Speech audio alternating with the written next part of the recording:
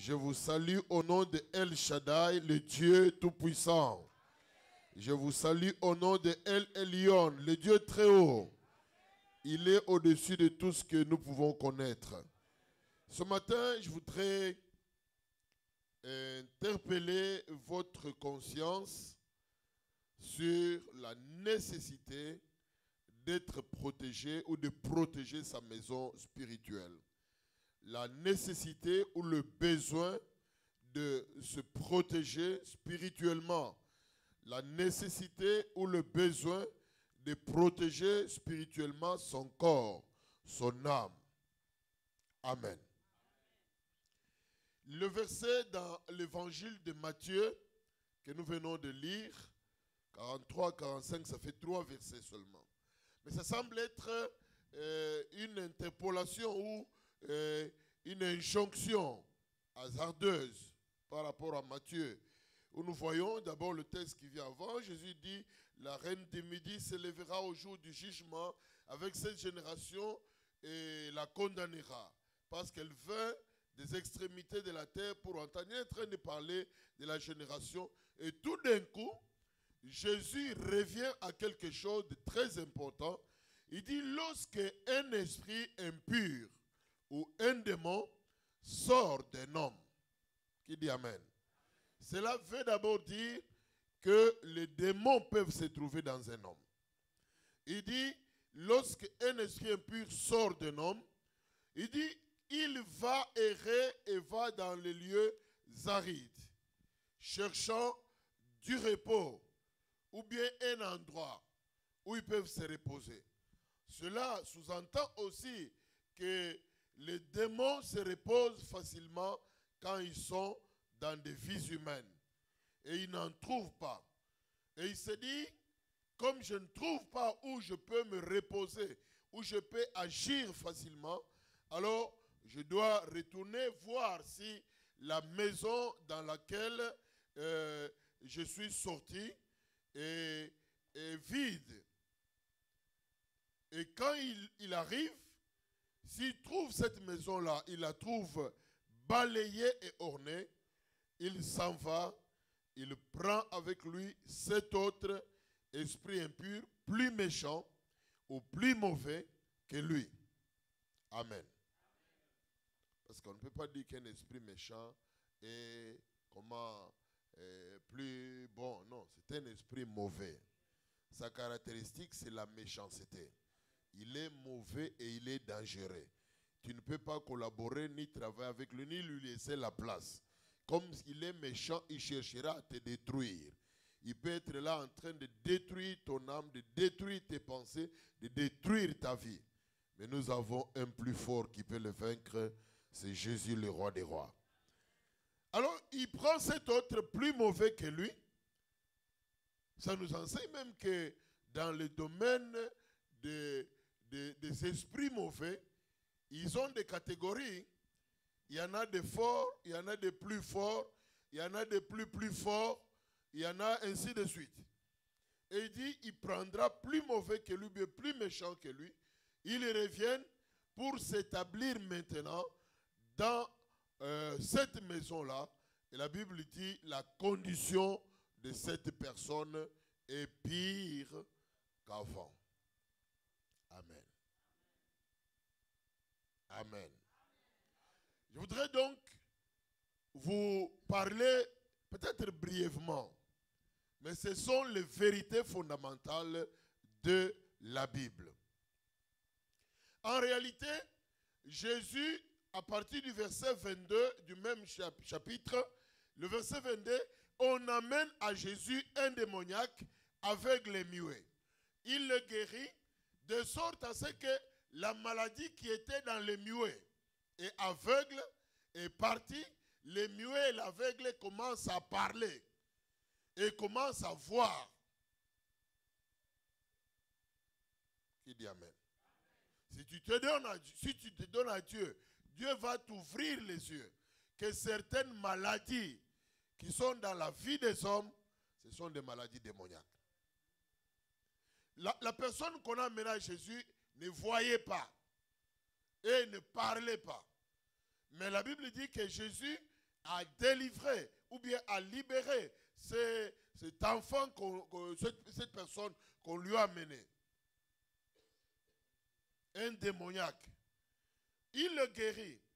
Et quand il est guéri, le muet commence à parler et celui qui est aveugle commence à voir.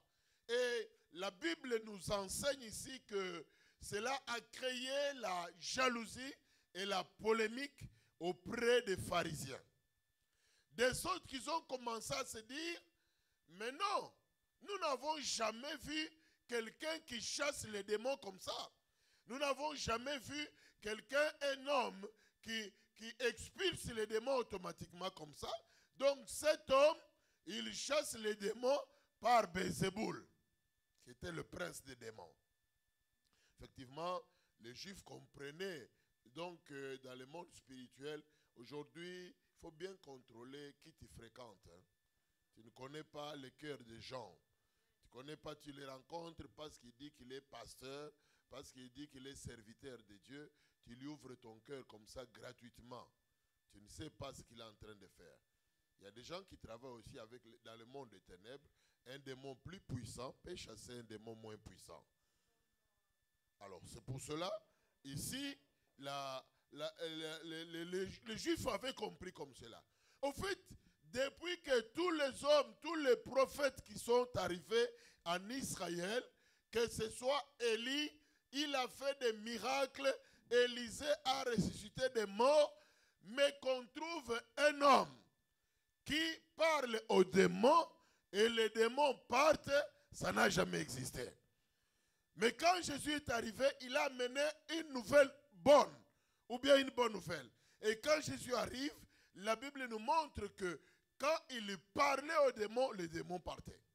Le mardi, nous avons lu le texte de cette femme cananéenne qui est en train de crier à Jésus, qui dit, Seigneur, ma fille est tourmentée par le démon, viens et délivre-la, viens et guéris-la.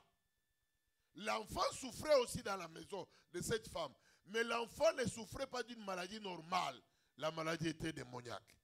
Il y a des situations qui sont dans des vies humaines qui ne sont pas naturelles.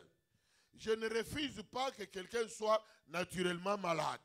Si tu ne te soignes pas, si tu ne prends pas, tu ne tiens pas compte des règles de la santé, tu tomberas malade. Mais il y a des maladies que le diable injecte dans le corps des gens. Il y a même des sida que le diable met dans le corps des gens. Il y a des cancers que le diable injecte dans le corps des gens. Et dernièrement, j'étais en train de prier, d'intercéder. Le Seigneur m'a montré que quand tu vois qu'il y a un problème, le problème est ici à droite. Dès que la droite finit, il est à gauche. Dès que le problème finit à gauche, il y a encore un autre problème. Sache qu'il y a un esprit qui est en train de tourner là. Il y a donc des situations qui semblent être bizarres. Mais Jésus commence par leur dire que Satan, au fait, quand Belzéboul agit ou que les démons agissent contre les démons qui sont faibles ou bien de faibles capacités, au fait, il ne les chasse pas. Qui a dit Amen? Jésus fait comprendre une grande leçon. C'est pourquoi les gens qui pensent que quand nous délivrons quelqu'un au nom de Jésus, et quand tu vas chez un marabout, qu'on a calmé un démon, qui pensent qu'ils sont guéris, c'est faux et archi-faux. La réalité est que quand tu vas chez un féticheur ou bien un marabout, il prend les démons forts, il va calmer les démons moins forts. Mais il va ajouter encore un autre démon pour te détruire davantage.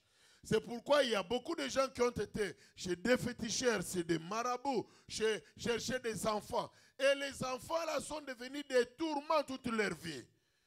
Et parfois, si ces enfants-là ne meurent pas, tu vas épuiser ton argent. Tu vas te bagarrer. Même ton mariage va être détruit, tu ne comprendras pas. Dis clairement où est-ce que tu as été chercher cet enfant-là. Il y a des choses que les gens ont été chercher chez les féticheurs, chez les sorciers. Mais quand tu es venu à Christ, mon frère, ma soeur, essaie d'avouer parce que le Seigneur peut te faire grâce et te libérer. Dieu seul est capable de restaurer, de rétablir tout ce que le diable avait détruit. Donc Jésus dit que Satan ne peut pas chasser Satan. Oh, le mauvais ne peut pas chasser le mauvais. Qui dit Amen? Est-ce qu'on peut me dire un Amen bien gentil? Vous savez, il y a beaucoup de gens, même dans notre combat pour le pays là-bas, pour le Congo, si on ne fait pas attention, nous risquons de prendre encore Satan pour chasser Satan. Si on ne fait pas attention, c'est comme ça. Parce que souvent, le diable fait ça. Il joue, il fera pour que ça se calme un petit moment. Mais ça va s'empirer encore. Satan ne chassera pas Satan. Qui a dit Amen? Et quand Jésus insiste sur cela, et il dit non, Satan ne peut pas chasser. Et après avoir enseigné pleinement cette vérité-là, il dit que pour que le diable puisse partir, ou que les démons puissent partir, il faut qu'il y ait un homme plus fort que lui. Parce qu'avant d'expulser quelqu'un qui est dans une propriété, il faut qu'il y ait un homme plus fort que lui, plus costaud et plus capacité, qui entre dans cette maison-là, qui le lie en premier lieu. Après l'avoir lié, comme il est plus fort, il va l'expulser de cette maison-là. Et le plus fort s'appelle Jésus-Christ, l'homme de Galilée, le premier-né d'entre les morts, le vainqueur de Golgotha, le roi des rois. Son nom est Emmanuel, Dieu avec nous. Son nom est Yehoshua, ça veut dire Dieu qui vient pour nous sauver. Seul Jésus est capable d'apporter la délivrance, d'apporter la libération, de t'apporter la paix et la transformation dans ta vie. Parce que c'est lui seul qui est plus fort. Vous savez, Paul a dit que celui qui est en nous est plus fort que celui qui est dans le monde. Le diable est venu dans le monde pour agir, mais nous avons celui qui est le plus fort. C'est pourquoi tu peux être content ce matin, proclamer que j'ai le plus fort. Jésus-Christ, le héros de combat. Quelle que soit la situation, il peut la changer, il peut la transformer. Même si la situation est déjà au bout, quand il arrive, il ouvrira une brèche pour ta vie et la percée sera possible pour toi. Alléluia. Alléluia. Alléluia. J'aime Jésus, le roi des rois. J'aime Jésus, le Seigneur qui pardonne, qui purifie, qui renouvelle, qui restaure la personne, qui rétablit, qui renouvelle notre vie. Alors que le monde nous avait déjà rejetés, Jésus peut encore nous rétablir et nous repositionner pour que ceux qui nous avaient méprisés hier, qu'ils puissent acclamer à notre sujet aujourd'hui. Je dis à quelqu'un que ceux qui t'avaient rejeté acclameront pour toi. Ceux qui t'avaient oublié, ils chanteront à ton sujet. Quand tu es en Jésus, tu as trouvé le plus fort, tu as trouvé la solution pour ta vie. La Bible dit, celui qui a trouvé Dieu. Et la faveur de l'Éternel est dans sa vie. Tout ce que tu vas toucher sera béni. Même si cela est tout petit, sera béni. Et cela ira en s'accroissant pour que cela soit manifesté, que c'est Jésus qui est en train d'agir dans ta vie. Alors Jésus donne une grande leçon ici. Jésus nous apprend ici, la délivrance c'est une bonne chose, mais le meilleur encore, il faut protéger sa maison spirituelle. Qui dit Amen? Jusque-là, ça passe. Être libéré, c'est très bon. Parfois même, je pourrais dire être guéri, c'est extraordinaire. Mais ce qui est important, c'est de garder sa santé. Oh, oh là là, oh là là. Être guéri, c'est une bonne chose. Mais il faut que tu gardes ta santé. Guéri aujourd'hui, demain encore malade. Après demain encore malade. Tu dois refuser une telle condition. Tu dois la refuser. Il y a des règles pour bien garder sa santé. Et je voudrais vous rappeler que dans le mardi, quand j'ai enseigné, j'ai dit une chose intéressante.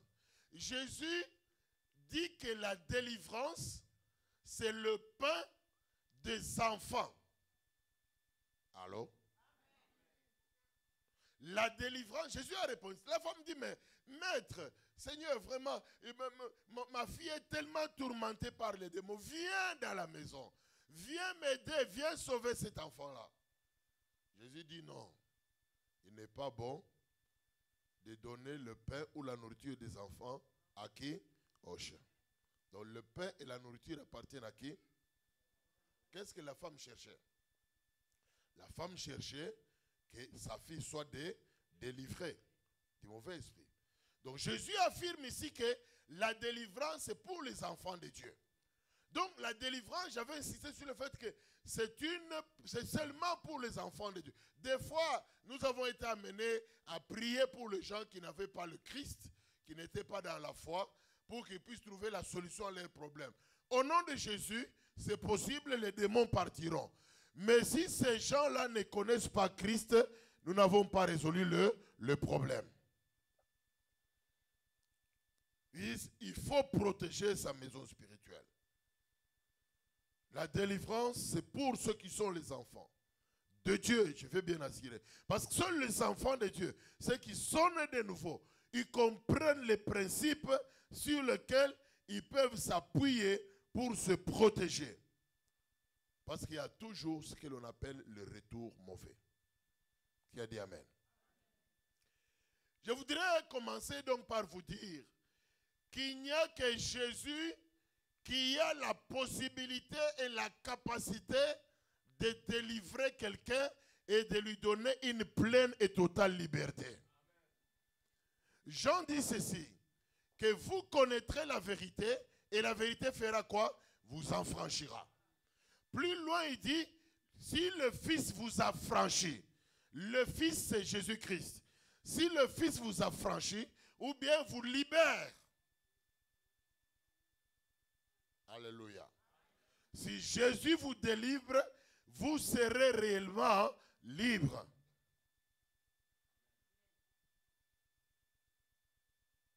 Il est le seul qui est venu pour détruire les œuvres des ténèbres. Seul Jésus a reçu l'onction. Il dit dans Luc chapitre 4 à partir du verset 18, il dit, l'Esprit du Seigneur est sur moi. Il m'a oint pour annoncer les bonnes nouvelles à ceux qui sont perdus, aux pauvres. Il m'a oint pour proclamer la délivrance. Jésus vient proclamer. Quand il dit proclamer, ça veut dire que la chose a déjà été faite. Faites comme ça s'il vous plaît. On dit quoi? Oh, dites-le bien. Il m'a oint pour proclamer, annoncer. Ça veut dire qu'on ne proclame pas quand les choses n'est pas encore arrivées. Amen. Alléluia.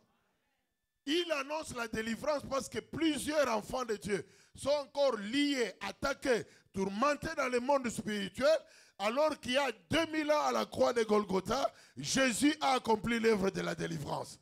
Il a combattu contre le diable et contre les démons. Il les a liés dans le cortège de sa victoire. Ils ont été amenés comme étant des prisonniers. Quand il est allé devant le Père, il les a montrés. C'est pourquoi il a dit, n'ayez pas peur, j'ai vaincu le monde. J'aime Jésus le vainqueur des vainqueurs. Un héros extraordinaire. Il a vaincu les démons, il a vaincu les diables, il a vaincu les sorciers, il a vaincu la maladie, il a vaincu les problèmes, il a vaincu toutes sortes de circonstances, il a vaincu les harcèlements démoniaques, il a vaincu l'envoûtement. Jésus a la victoire sur toute puissance maléfique. Waouh! Seul lui, il est capable. Il a reçu cette onction-là. Et quand il est présent, son onction fera que réellement le joug qui pèse sur toi te libère. Qui dit Amen? Qui dit Amen? Vous savez, je voudrais parler un peu aujourd'hui, mais parler pour que tu comprennes. Alléluia. Je suis un prédicateur évangélique. Je peux parler pour te communiquer la foi, mais je veux que tu comprennes. Sois attentif. Tu peux faire semblant, mais il y a des situations qui ne vont pas dans nos vies parfois. Il faut que tu comprennes les principes pour que tu sois libéré et que tu serves Dieu dans la paix. Est-ce que tu ne vois pas que tu avances et puis tu recules? Tu avances et tu recules. Dans beaucoup de choses, dans la foi, dans parfois certaines entreprises. J'ai connu un homme qui a vraiment commencé une entreprise. C'était extraordinaire. Ça montait en fléchette, des choses comme ça. Dieu fait grâce, il souffle, mais ça monte très vite. Et quelques temps après, comme dans le commerce, il y a les périodes de vaches grasses, il y a aussi des périodes de vaches. Et puis il a commencé à tout perdre. Et non seulement il a perdu ce qu'il avait investi, il a commencé à être dans les dettes énormes. Puis on a commencé à prier avec lui. Quand on a analysé, on a trouvé que le problème était spirituel. Et puis nous avons lu avec lui le texte qui dit que comment est-ce que Jésus, il donne l'exemple, il enseigne ses disciples, il dit mais il y avait un champ, les semeurs avaient semé quoi? Le blé. Mais quand on voit le champ pousser, il y a et le blé et l'ivraie. Jésus a répondu que pendant que tu dors spirituellement, pendant la nuit, le voleur viendra pour semer aussi sa semence. Est-ce que tu peux me dire amen? Maintenant ici, dans le texte, la vie humaine ou le corps de l'homme est comparé à une maison. Parce que Jésus dit, lorsque l'esprit impur sort d'un homme, et puis plus loin, il va dire que lorsque l'esprit là veut rentrer, il dit, je rentrerai dans ma maison. Allô? Donc, le corps humain ou la vie humaine est comparé ici à une maison. Et vous savez qu'une maison doit avoir une fondation, des murs, des ouvertures, des portes, fenêtres et même un toit ou bien une toiture. Et Ecclésiaste dit ceci. Il dit, celui qui renverse une muraille sera mordu par un serpent. Donc il parle lui aussi d'une autre protection au-delà. Donc pas seulement la maison doit être telle qu'elle est, mais il faut aussi que la maison ait une clôture. Qui dit amen? Une clôture qui protège et qui couvre. Il dit, celui qui renverse une muraille va être mordu par un serpent. Une muraille, c'est quoi? C'est un mur qui est un peu plus épais, qui est aussi très grand. Les murailles étaient construites sur des villes ou bien sur des maisons pour se protéger contre les agressions extérieures. Donc une muraille est une maison de protection, c'est une défense extérieure. Et c'est important que la vie chrétienne, la vie de l'homme, d'un enfant de Dieu, soit protégée. Que ce soit qu'on t'a délivré ou que tu étais bien et que tu continues à vivre ta vie chrétienne, il est fondamental que tu aies une protection extérieure dans ta vie. Que tu aies une clôture spirituelle. C'est cette clôture qui faisait que lorsque Adam et Ève étaient dans le jardin d'Éden, la Bible dit que Adam et Ève ne savaient pas qu'ils étaient nus. Il y avait une chose invisible qui les couvrait et qui les protégeait. Ils ne savaient pas, ils ne comprenaient pas. Ils ne savaient pas que sans cette chose-là, ils allaient être nus. Et tout d'un coup, un jour, quand ils ont péché et qu'ils ont dérogé ou bien brisé la loi de Dieu, tout d'un coup, qu'est-ce qu'ils voient? Ils remarquent que dans leur vie, quelque chose s'est passé. Ils se retrouvent qu'ils sont nus. Ils sont en train de fuir la présence de Dieu et même aussi que l'ennemi commence maintenant à les harceler. Dieu vient dans le jardin d'Éden. Adam, où es-tu? J'ai entendu ta voix et j'ai fui parce que je suis nu. Qui t'a dit que tu es nu? Qu'est-ce qui les protégeait? Ce qui les protégeait, c'était la gloire de Dieu et la présence de Dieu dans sa vie. Tant que Adam et Ève étaient en communion avec le Père, la Bible dit que chaque matin, Dieu venait. Bonjour Adam, comment ça va? Papa, j'ai bien dormi. Lève-toi Adam, nous avons des choses à faire aujourd'hui. Nous irons aujourd'hui, nous travaillerons dans les champs. Nous ferons telle ou telle autre chose. Il était l'ami de Dieu. Ève, son épouse, était à côté de lui. Ils marchaient ensemble avec Dieu, ils travaillaient avec Dieu. Ils faisaient des projets ensemble. N'oubliez pas que lorsque Dieu a créé l'homme, il a dit, faisons l'homme à notre image et à notre ressemblance.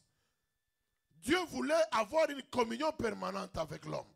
Mais lorsque Adam et Ève ont péché, la Bible dit que la muraille, la clôture spirituelle qui était sur leur vie était ôtée. Ils ne pouvaient pas seulement supporter la présence de Dieu, mais pire encore, ils pouvaient être attaqués par toutes les bêtes, les animaux sauvages qui pourtant étaient sous sa domination. La présence de Dieu dans la vie d'Adam et d'Ève était une muraille de protection. C'était comme une clôture épaisse qui les protégeait. Et la vie d'un homme, d'un enfant de Dieu, de toute personne humaine, lorsque elle est dans la présence de Dieu, elle est inaccessible aux forces des ténèbres. Est-ce que tu peux me dire amen? Non, dis-moi un amen bien gentil. Je dis inaccessible, intouchable. C'est pour cela aujourd'hui je veux que tu redeviennes intouchable aux puissants des ténèbres. Que tu deviennes intouchable dans ta foi. Regardez comment le Satan, le diable est en train de détruire les vies humaines. Les gens qui étaient forts spirituellement, vous les sentez faibles aujourd'hui. Les gens qui étaient en bonne santé, vous les sentez gratuitement malades. Oui, on peut tomber malade, mais il ne faut pas que ça devienne un applaudissement. Nous avons besoin d'être protégés spirituellement. Vous savez, les démons ne respectent pas notre titre. Tu peux dire, je suis pasteur, mais quand le diable t'attaque, s'il trouve que la présence de Dieu n'est pas dans ta vie, il peut te détruire. Amen. Même les biens que tu as, ça doit être protégé sur le plan spirituel. Même ta maison doit être protégée sur le plan spirituel. Même tes entreprises doivent être protégées sur le plan spirituel. N'avez-vous jamais vu quelqu'un qui était prêchant l'évangile, servant le Seigneur, et tout d'un coup, là, il commence à se comporter comme un fou? Vous n'avez jamais vu ça, vous? Si vous n'avez pas vu, bon, je vais vous le montrer, mais pas maintenant. Amen. Il y a des gens. Mais je vous ai toujours rappelé, il y avait un jeune là que nous avions, quand on s'est converti, il était un grand serviteur. Il évangélisait, il prêchait les chefs coutumiers à mener des fétiches. Il déposait, il avait fait de grandes choses. Mais quand il a laissé la porte ouverte, Satan l'a attaqué. Et quand Satan l'a attaqué, il a commencé à se comporter d'une manière inouïe, bizarre. La présence de Dieu est une protection dans la vie de tout chrétien. Et cette présence te rend inaccessible, intouchable par les puissances démoniaques. Satan et ses agents ne peuvent pas atteindre un enfant de Dieu qui marche dans l'obéissance et dans la volonté de Dieu. Un enfant de Dieu qui est prudent. Revenons un peu dans les guerres que nous avons actuellement. Qui a dit encore amen? Vous savez comment se mènent les guerres, n'est-ce pas? Quand vous allez, par exemple, comment est-ce qu'on a fait pour entrer en Irak? On a utilisé des gens qui semblaient être des Irakiens.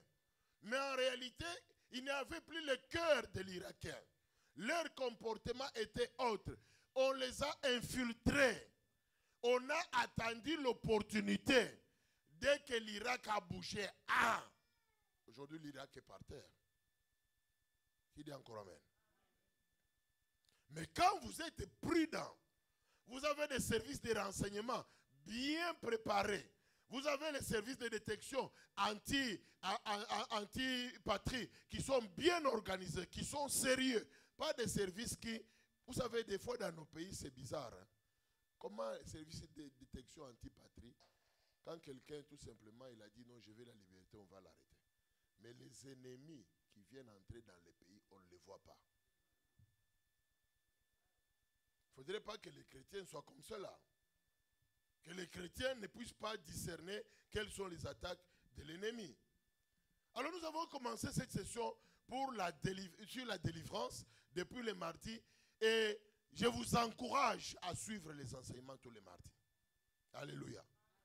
Je vous encourage à suivre les enseignements. Parce que je vous annonce d'ailleurs que le Seigneur veut faire une œuvre de profondeur dans la vie de quelques personnes.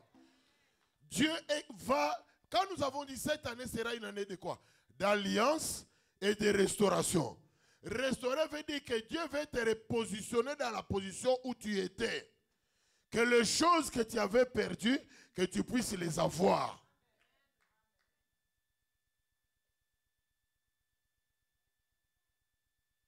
Et Jésus nous annonce dans Luc 4, il dit qu'il veut guérir les cœurs brisés, annoncer la délivrance aux captifs. Mais une grande leçon qu'il nous donne ici, il dit nous devons fermer les portes et nous protéger. Qui dit Amen? Qui dit Amen? Comment? L'homme, j'ai dit, c'est une maison. Il a une fondation. La fondation, c'est quoi? C'est la vie sur laquelle nous sommes assis. Les traditions parfois de notre vie. Tu peux être européen, tu peux être africain, mais dans le fonctionnement de ta vie, il y a des choses que tu as intégrées dans ton fonctionnement. Allô? Prenons le cas.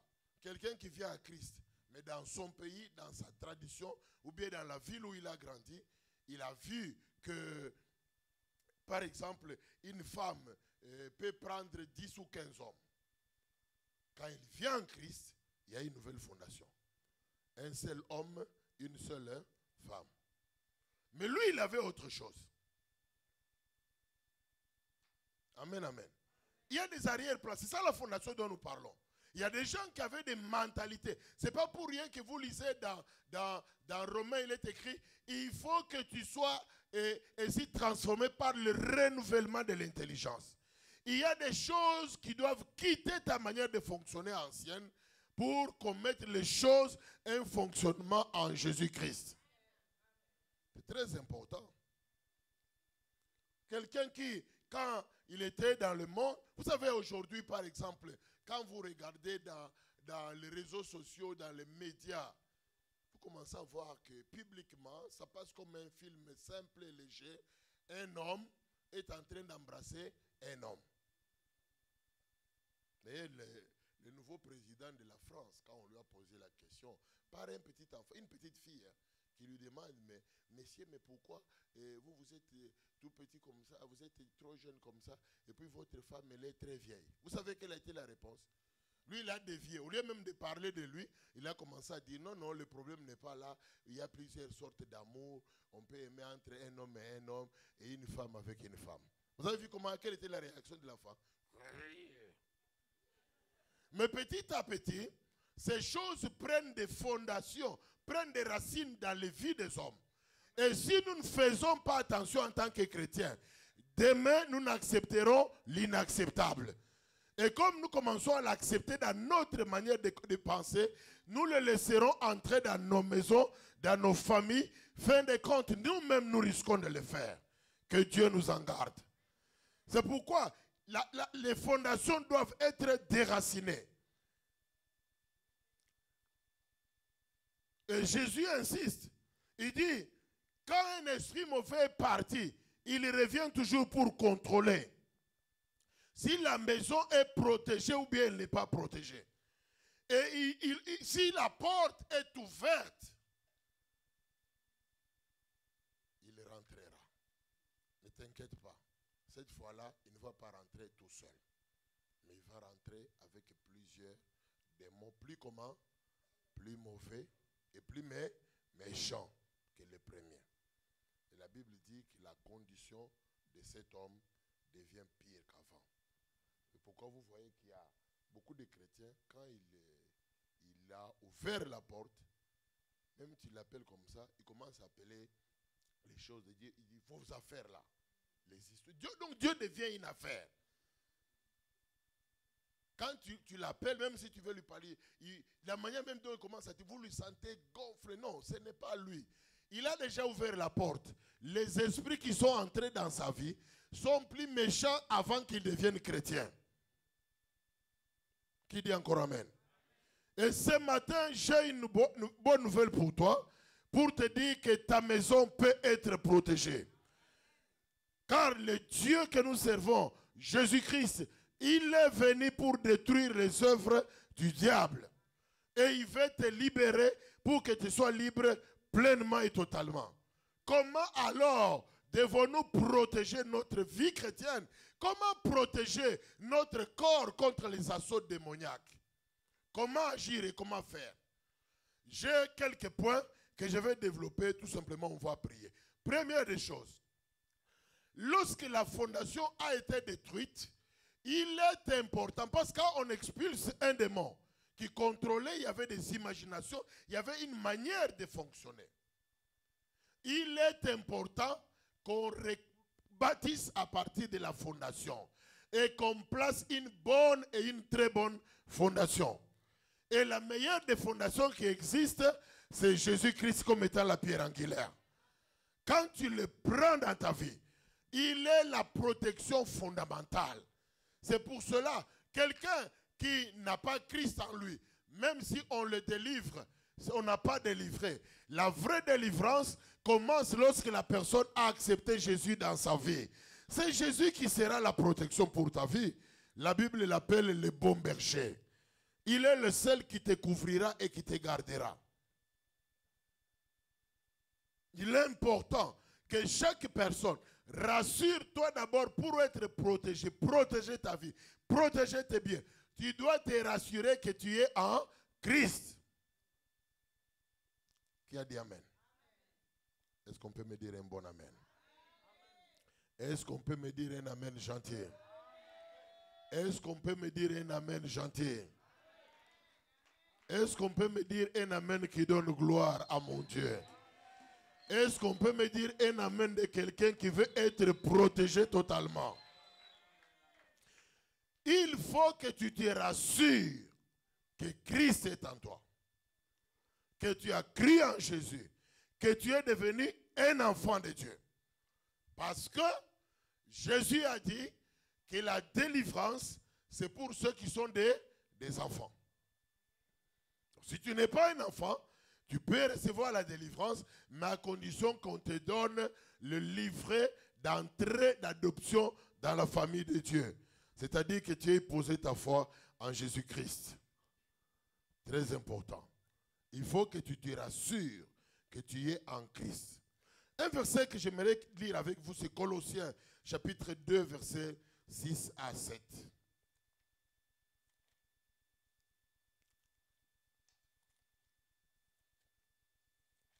Merci, merci, merci. Colossiens chapitre 2, verset combien?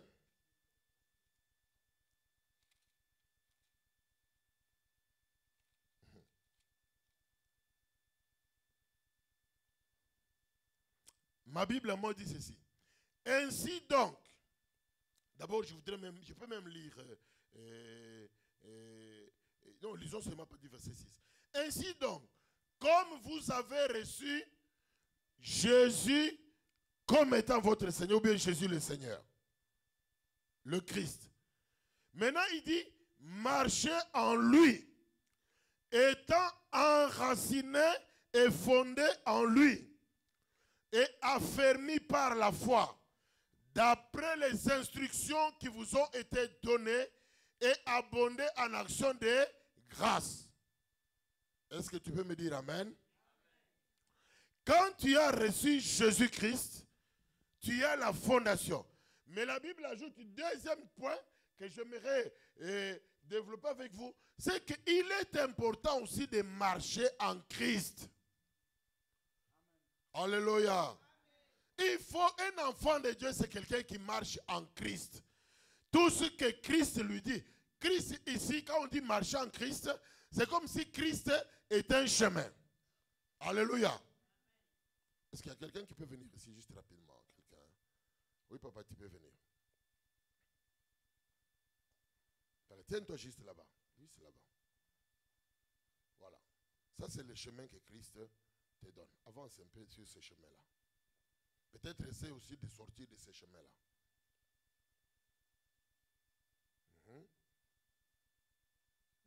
avance encore. Amen, amen. Regardez très bien. Tant qu'il est sur ce chemin-là, sur les instructions, les paroles, les enseignements que Jésus est en train de lui donner dans la parole, il est en Christ. Qui dit encore amen? Donc faites encore comme ça. Tant qu'il marche dans la volonté de Christ, il est sous la protection de Dieu. Vous savez pourquoi Jean-Baptiste a été tué? Amen, amen. Oh, mais dites un amen bien, non? Jean-Baptiste est appelé la voix qui crie dans le désert. Mais un jour, on est venu voir Jean-Baptiste. On dit Jean-Baptiste, la Bible dit que les gens ils venaient tous là où était Jean-Baptiste. Ils se repentaient, ils pleuraient de leurs péchés. Et lui, il avait l'onction, il réprimandait les gens, il criait sur les gens. Mais tout d'un coup là, le diable est rusé. On est venu le voir pour lui dire que le roi a besoin de toi. Il dit, ah bon, le roi a besoin de moi? Il dit, il y a un problème dans la maison du roi. Il va te poser la question. Et quand il est arrivé, le roi lui-même était en train de sortir avec la femme de son frère. Et la femme était là comme reine. Comme il était un prédicateur honnête, il a utilisé de son honnêteté. Mais il n'était plus protégé. Est-ce que tu peux me dire amen? Il n'était plus protégé. Et comme il n'était plus protégé, malgré son honnêteté, malgré son onction, malgré sa puissance, cette femme-là a dit à sa fille, dès que tu danseras devant le roi, s'il te dit demande quelque chose, demande-lui de m'amener la tête de Jean-Baptiste. Et puis pendant que la fille a dansé, elle a dansé devant le roi. C'est pourquoi mes bien-aimés, quand nous louons le Seigneur, danse pour ton Dieu. Alléluia. Les rois sont capables, Dieu n'est pas seulement le roi, il est le roi des rois. Le roi, quand tu danses pour lui, il est capable de te donner ce que ton cœur désirera. Et le roi Hérode a dit, mais donne-moi, qu'est-ce que tu veux que je fasse pour toi? Tu as tellement touché mon cœur par ta manière de danser et de faire les choses. Et il dit, je veux la tête de Jean-Baptiste. Le roi a eu la force. Il a appelé Jean-Baptiste. Il a coupé la tête. Il a présenté à la femme. Jean-Baptiste est mort. Est-ce qu'il avait vraiment terminé son ministère? Ça, nous le saurons quand nous serons au ciel. Amen, amen. Ne sors pas du chemin sur lequel Dieu t'a placé. Quand tu es venu à Dieu, merci papa, quand tu es venu à Dieu, il y a un chemin que le Seigneur t'a choisi. Il y a un chemin qu'il t'a montré. La Bible nous dit que je suis le chemin, la vie et la vérité. Quand on dit Jésus est le chemin, marche en Christ, alléluia. Marche en lui, ne t'égare pas. Aujourd'hui, il y a beaucoup de choses. Laissez-moi un peu parler librement. Il y a beaucoup de choses qui sont en train de se passer aujourd'hui au nom de Jésus. Maintenant, ce n'est plus seulement, nous ne devons pas seulement adorer le Seigneur. Quelqu'un viendra te dire non. Vous savez, comme nous tirons nos sources du judaïsme, il y a d'autres pratiques, d'autres techniques qu'on a appris avec Israël. Aujourd'hui, on commence à voir des prédicateurs de Christ. Ils viennent, papa. Il a des choses. C'est quoi ça au talit? Mais c'est quoi talit? Parce que moi, je lis dans ma Bible, je ne vois aucune chose qu'on appelle talit. Certains ne le font pas parce que tout simplement, ils suivent les mouvements. Mais d'autres sont initiés au monde occulte. Qui me dit amen? Vous croyez qu'en Israël, aujourd'hui, tout le monde est sauvé? C'est faux et archi faux. Tu peux aller en Israël pour prier, c'est bon. Mais tu ne dois pas commencer à idolâtrer la terre d'Israël. Tu ne dois même pas commencer à idolâtrer les choses qu'on te donne pas, ça vient d'Israël. Aujourd'hui, il y a beaucoup de manipulations. J'ai rencontré un pasteur à Kinshasa. Il vient, il avait prêché. Et puis, il avait amené un truc comme ça, comme un petit bateau, avec des petites bouteilles d'huile. Alors, il explique. Il dit, si je te vois avec ça, tous tes problèmes sont résolus. Avec ça, délivrance totale. Avec ça. Mais quand moi, je lis ma Bible à moi, ma Bible me dit tout simplement, c'est par le nom de Jésus. Voilà la fondation de la foi. La Bible ne dit pas le nom de Matthieu. Même quand nous pratiquons l'onction d'huile, c'est parce que c'est dans la Bible. Ce n'est pas parce que j'amène de l'eau ou autre chose. Le nom de Jésus est capable de changer ta situation.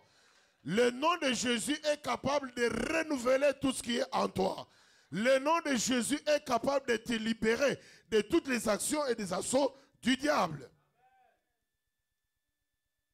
Alors mon ami, marche en Christ. Si donc, comme vous avez reçu Jésus-Christ comme étant le Seigneur, marchez en Christ. Marchez dans sa parole. Marchez dans sa volonté. Et même il y a des gens qui ne peuvent pas jouir des bontés de Dieu si tu n'es pas dans sa volonté. Qui me dit amen? Donnez-moi un bon amen. Je vais encore dire autre chose. Vous savez, Internet c'est bien. Ça nous aide des fois à prier, à faire les médias pour annoncer la bonne nouvelle. Mais Internet ne peut pas être une église. Pourquoi tu ne dis pas amen? Parce que maintenant il y a des frères, je dis, mais toi je ne t'ai pas vu à l'église. Non, non, mais papa, je t'ai suivi en ligne. Mais moi je n'ai pas besoin que tu me suives en ligne. Moi j'ai besoin que toi et moi, c'est ça être en Christ. C'est Jésus qui a dit, quand il nous a sauvés, il pouvait nous laisser chacun dans sa maison. Mais il dit, je bâtirai mon église. Le but pour lequel Jésus est venu, c'est pour nous sauver, mais pour bâtir l'église. Préparer une épouse qu'il présentera pure à son Père. Préparer un peuple de racheté pour l'éternité. Et il y a un mode de vie que nous devons avoir dans la maison du Seigneur. Chaque fois que nous venons, nous parlons de la prière. Tu apprends qu'en tant que chrétien, tu dois avoir la vie de prière. Nous parlons de la louange. Tu comprends qu'il y a une vie de louange que tu dois avoir. Comme hier, nous avons donné juste un exemple. Parce qu'il y a beaucoup de gens qui disent, moi j'ai pris ange Gabriel, moi je vais intercéder, je vais demander à l'ange Matthieu ou bien à l'ange Joseph de prier pour nous. Mais quand il y avait un ange, un plus grand, qui a parlé à Jean, Jean veut l'adorer, et l'ange lui a dit quoi? Garde-toi de le faire. Adore Dieu seul. Qui dit encore amen? Ça veut dire que l'adoration revient seulement à Jésus. C'est pour cela, mon frère, ma soeur, il n'y a que dans la maison de Dieu, dans l'église, que tu peux apprendre ces choses. Marche donc en Christ. Et la Bible dit, sois même enraciné en Christ. Est-ce que quelqu'un peut me dire amen? Comment être enraciné en Christ? Quelqu'un qui a des racines, c'est quelqu'un qui est profond. Ne cherche pas seulement à écouter la parole, médite-la, lis la parole, étudie la parole, sois enraciné dans la parole. Il y a des vents de doctrine qui commencent à circuler aujourd'hui. Et n'importe qui peut utiliser n'importe quel verset. Mais quand ils te trouveront enraciné dans la parole, en Christ Jésus, quand il dit, il est écrit, tu le regarderas, tu lui diras, il est aussi écrit.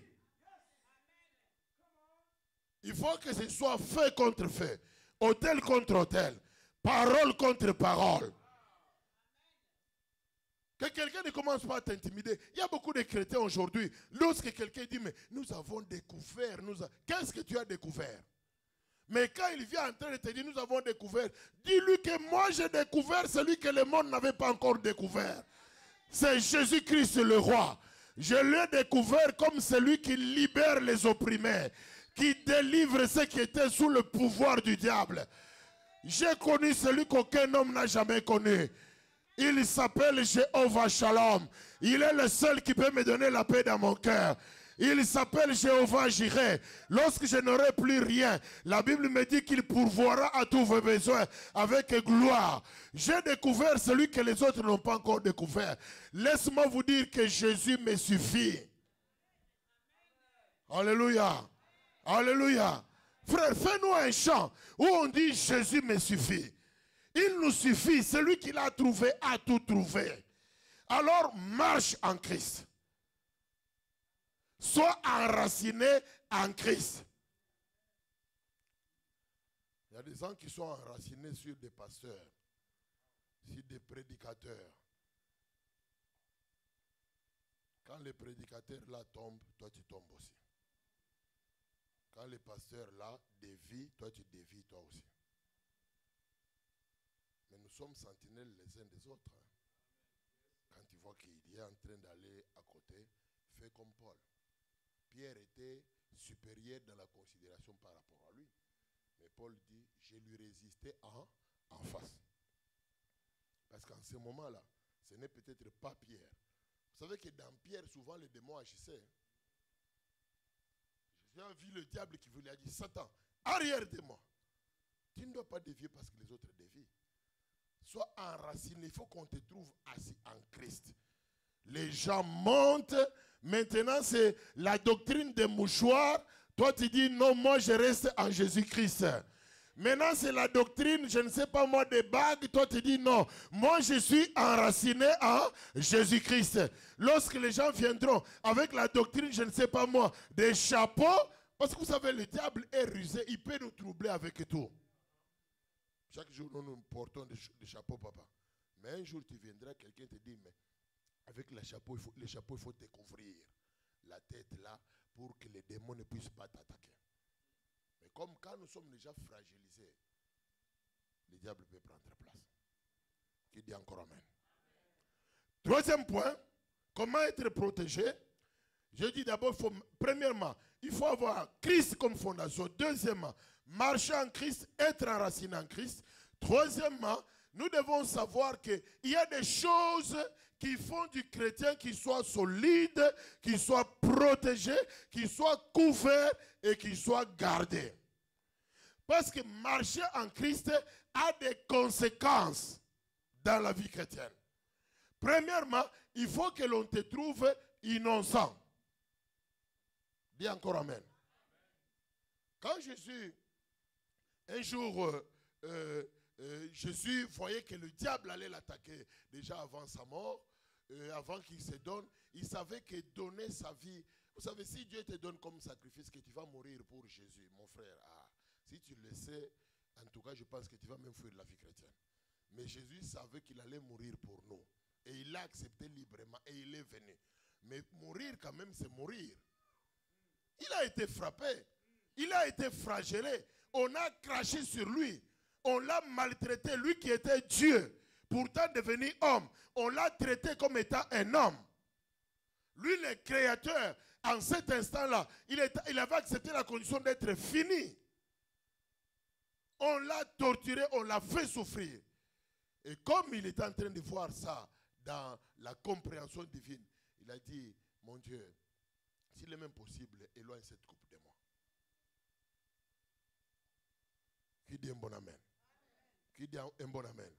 Mais Jésus, pendant qu'il parlait avec ses disciples, il leur dit, l'ennemi est à la porte, il va venir. Mais je suis content parce qu'il n'y a rien de lui en moi. Tu peux me dire amen gentil? Un amen puissant et glorieux. Vous savez que Jacob avait quitté la maison de son beau-père Laban. Il a fui, il était libre de partir. Mais comme il avait amené les choses de Laban dans ses bagages, pendant le parcours, tout d'un coup là, la Bible nous dit que son beau-père a armé une grande armée avec des serviteurs, ils l'ont poursuivi. Ils l'ont arrêté.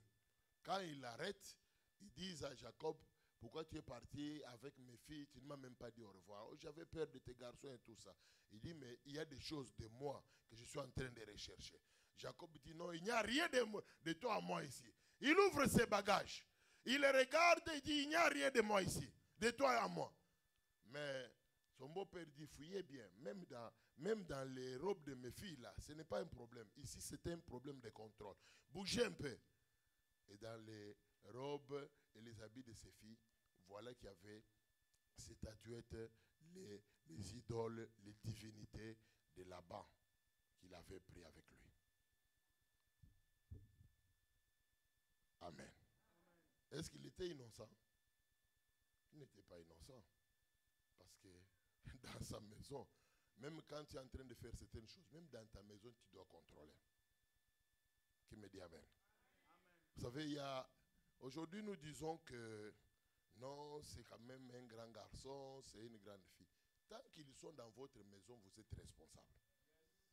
Tu ne peux pas être dans ma maison, tu m'amènes, je ne sais pas moi, le Michael Jackson, tu m'amènes les choses du monde, tu m'amènes un comportement du monde. Ça ne marchera pas. Attends quand tu seras chez toi. Attends quand tu seras chez toi. Quand tu es dans ma maison, les hommes de la Bible ont déclaré, Jésus a dit, moi et ma maison, nous ferons quoi? Nous servirons l'Éternel. Marcher en Christ, c'est d'être engagé avec tout ce que tu as pour servir Dieu. Donc l'innocence est important. Il ne faudrait pas que tu ouvres les portes. Parfois tu sers le Seigneur, parfois la musique du monde, c'est toujours toi. J'aurais aimé qu'il y ait une de nos filles ici, je l'encouragerai un jour à donner un témoignage. Vous savez, Dieu sauve des gens de manière étonnante. Hein? Il m'a dit que papa, j'étais fatigué de tout. J'avais besoin, mes parents avaient semé la parole à moi, mais j'avais déjà tout rejeté. J'étais fatigué de la vie, tout ce que j'essayais, ça ne marchait pas. Alors j'ai cherché. Il dit, comment est-ce qu'elle est parvenue à accepter le Seigneur? Il dit, j'étais là dans la maison, j'ai fait un rêve. On a appris ici les rêves, non? Les rêves maléfiques, mais aussi les rêves de Dieu. Ne négligez pas les rêves, hein?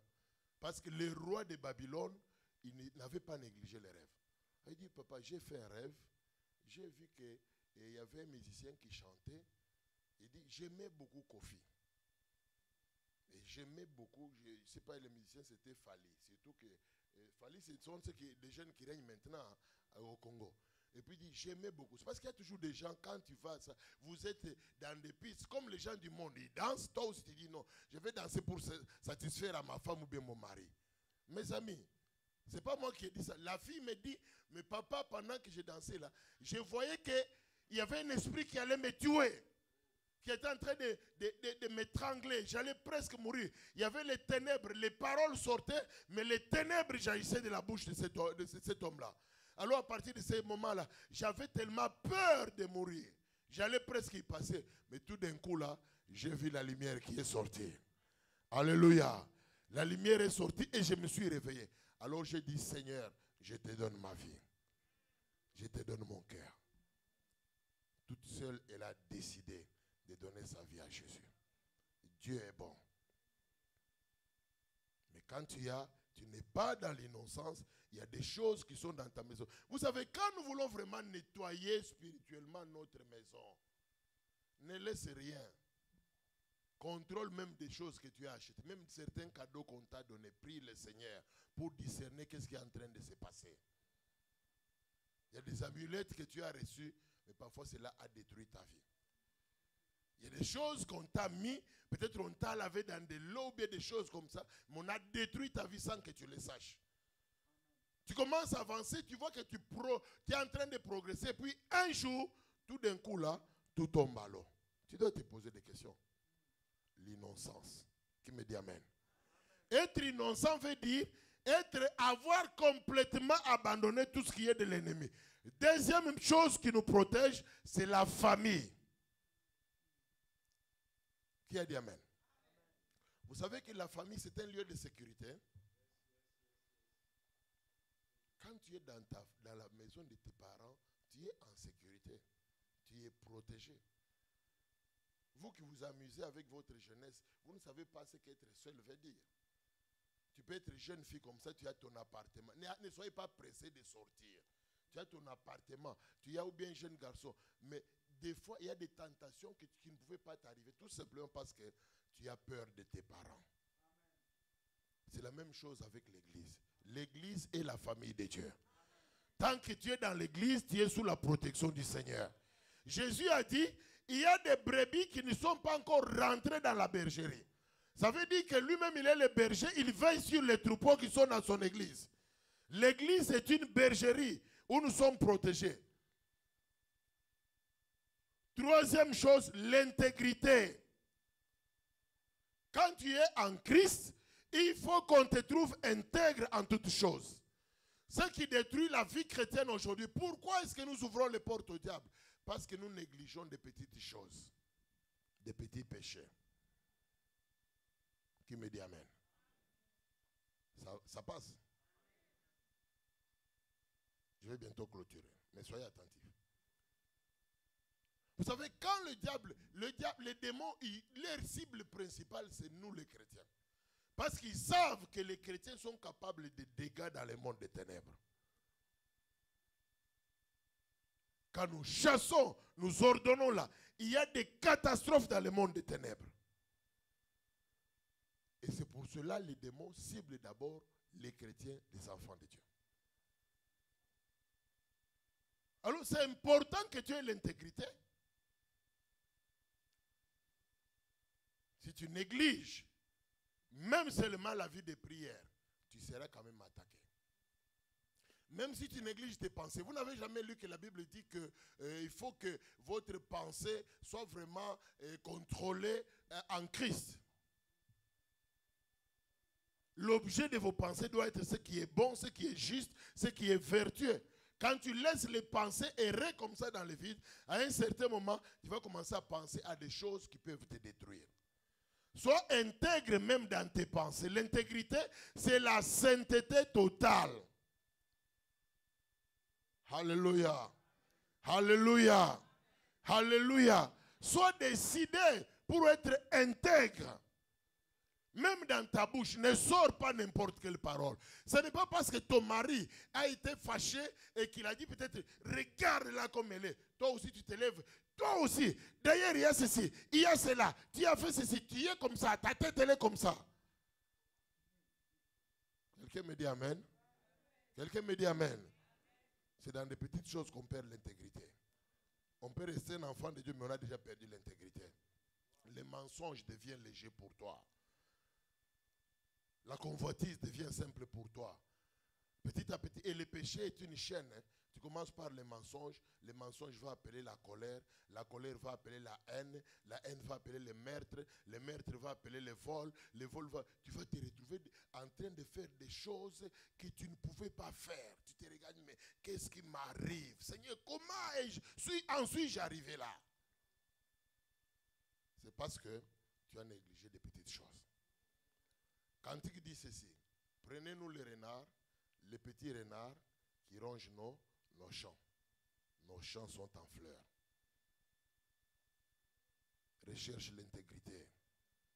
Dans des petites choses, sois intègre, sois vraiment engagé avec le Seigneur. Quatrième chose, la droiture. Un chrétien doit être droit. Quand il est dit marcher en Christ, sois sur le chemin où le Christ t'a placé. Ne regarde ni à droite ni à gauche. Ne va pas chercher à comprendre comment les autres sont. Mais comment est-ce que lui, il fait quand même tel comportement, mais Dieu le bénit quand même? Ce n'est pas ton problème. Es-tu sûr que c'est Dieu qui est en train de le bénir? Ne dévie ni à gauche ni à droite. Reste sur le chemin droit. Que dans ton cœur là, que les choses soient droites. Que tu ne dises que les choses qui glorifient le Seigneur. Dernière chose, la crainte de Dieu. Si tu veux être sage, le commencement de la sagesse, c'est commencer par craindre le Seigneur. Et plusieurs ont commencé à perdre la crainte de Dieu. Vous savez, la crainte de Dieu peut commencer à la manière dont tu commences à considérer même ton pasteur. Hein. Même la manière dont tu le regardes. Commence à te parler des choses. Les oreilles sont plus grandes que la tête. On t'exhorte, tu écoutes la parole, mais après la parole, tu dis, ah, aujourd'hui c'était bien, hein, mais le pasteur avait quand même dépassé le temps. Mais en réalité, tu n'as pas cette semence-là comme racine en toi. Les oiseaux du ciel sont venus déjà, ont déjà arraché ça. Peut-être même, tu écoutes la parole dans des petites choses. Tu peux perdre la crainte de Dieu. Mais ce matin, Dieu t'encourage à revenir, à être innocent, à rester dans la maison de Dieu, à être intègre, marchant dans la droiture, mais aussi dans la crainte de Dieu. Cela est une clôture spirituelle. Quatrième point, comment est-ce qu'on peut se protéger spirituellement? Le sang de Jésus-Christ. Qui dit encore amen? Je ne vais pas les détailler à cause du temps. Souvenez-vous qu'en Égypte, les enfants d'Israël au fait, l'ange destructeur passait dans toutes les maisons. Qu'est-ce qui a protégé les enfants d'Égypte?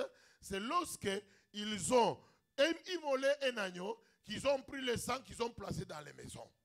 Et lorsque l'ange passait, il voyait le sang. Qui me dit encore amen? C'est pourquoi en tant que chrétiens, nous sommes protégés par le sang de Jésus-Christ.